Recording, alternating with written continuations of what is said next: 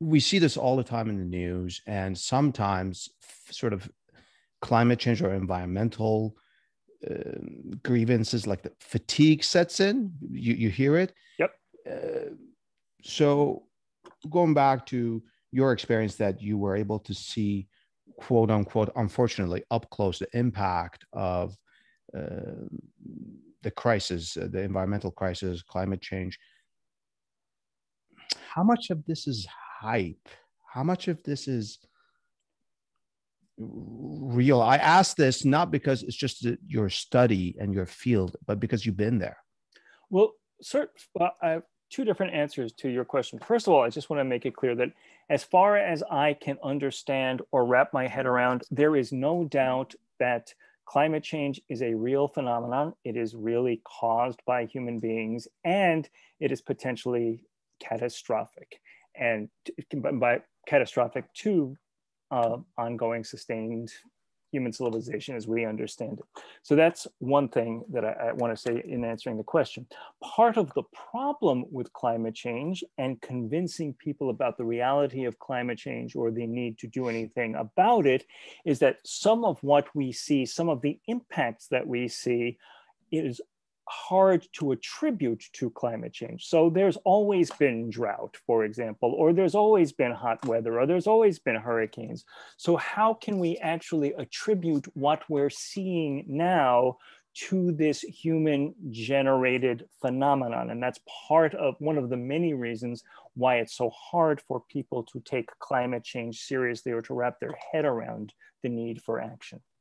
Is there, when you say always been drought, always been hurricanes, is there an acceleration associated with it? My daughter and I are big fans of Greta Thunberg, so you see her Right. Amazon.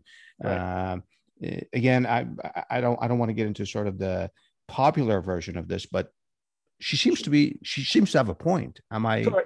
In the last decade or two, scientists have become much better at what they call attribution science, being able to attribute particular natural events to climate change or not to climate change. So for example, it seems very clear that there are certain storms, certain hurricanes that are much more powerful than they ever were because ocean water is at record temperature, which allows for more uptake of moisture and more powerful storms, for example. So the hurricanes that have hit, Hurricane Sandy that hit New York, or the hurricanes that have hit somewhere in the Gulf, they are better able to attribute that to record-breaking heat in the ocean. Similarly, some of the wildfires that hit California last year, the 4 million acres of California that burned, scientists are better able to attribute this to record-breaking droughts, record-breaking temperatures that combine to create these somewhat unprecedented conditions. There have always been wildfires in California, but never like we've seen recently in places we've seen it to the extent that we've seen it. Is there? Oh, go ahead. Go ahead, please. No, please continue. You identified several natural disasters that could be attributed to climate change.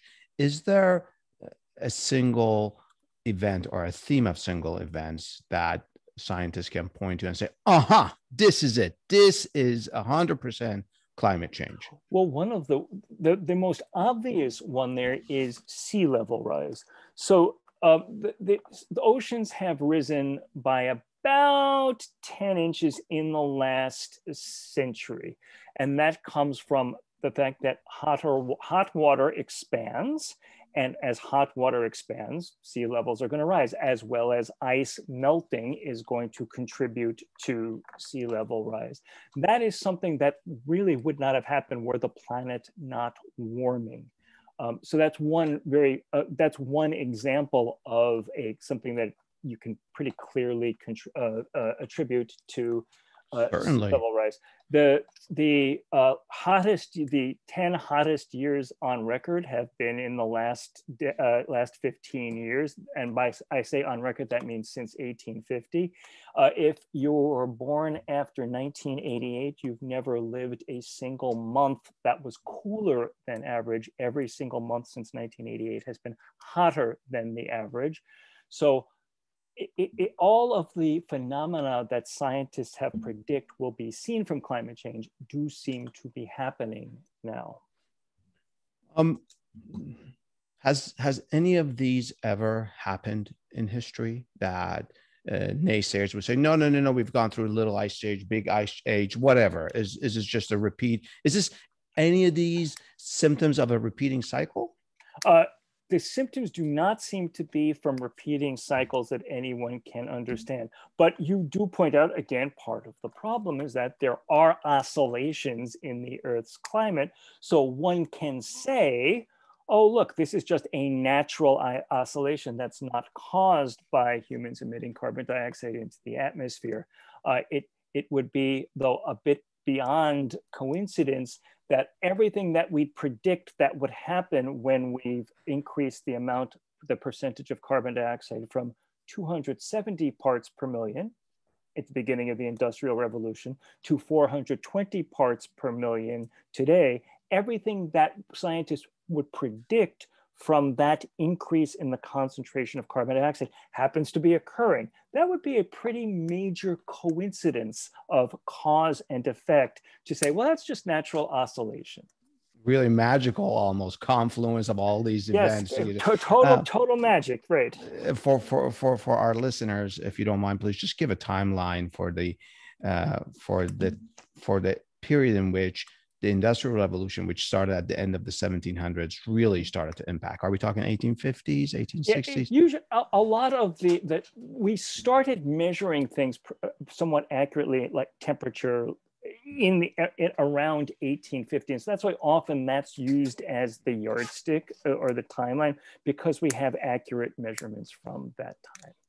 So scientists, scientists can also go back into the Earth's core and through various different tree ring measurements, core measurements can trace temperatures back to thousands of years. So there is, but not quite with the accuracy that they can do when we've had scientific measurements of those modern day scientific measurements.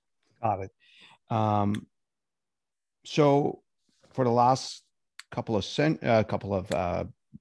decades, scientists have been better at attributing phenomena scientifically to climate change and what have you. Things such as 10 inches of rising seawaters, pretty frightening, frankly, when you talk about that, if you happen to be living in Miami, right? When did people like me, non-scientists, when did they begin to realize, and in this case, I'm talking about American people, right, hey, something is wrong. I'm talking about your lawyers, your doctors, your farmers. Hey, something is awry here. Well, it depends on who people are. Scientists have known since the beginning of the 1800s that something is up here, but those are isolated scientists in isolated places. I trace back in the United States more widespread, or at least a beginning awareness of this, to the 1950s. The military was doing meteorological experiments in the 1950s, part of the Cold War, in part to figure out how they could deliberately influence climate. How could you make drought or floods by seeding clouds, for example, as one weapon of warfare? So it's sort of ironic that from our deliberate experiments with climate manipulation, they gained an awareness of our undeliberate experiments in climate manipulation. So as early as the late 1950s, there's been testimony before Congress. Roger Revelle was a UC San Diego climatologist who testified to Congress in the late 1950s. Look, this thing, climate change, is real. Here's what causes it. It could turn parts of the United States into a desert if we don't do something about it. By the late 60s, by 1970, for example, there was extensive testimony before Congress about the effects of climate change. How much of this is impacting your average American? Well, that probably your average American wasn't particularly aware of this. It seemed to catch fire, if I may use that metaphor, in the late 1980s. In 1988, we had this catastrophic heat wave and wildfire year. And scientists in what part of the US, please? Like Yellowstone, like for example, there's really mediogenic fires in Yellowstone in places that had never happened before.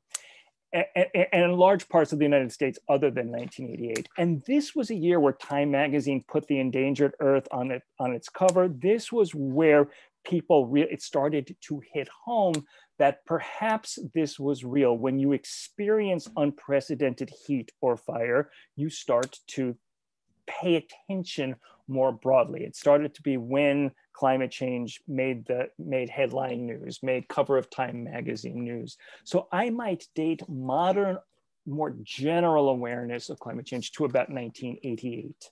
Which is, correct me if I'm wrong, it's 18 years after Earth Day started. Correct. Wow, correct. Interesting. Why don't we take a short break and then talk about what was done after people recognized that there's something awry. We'll be right back.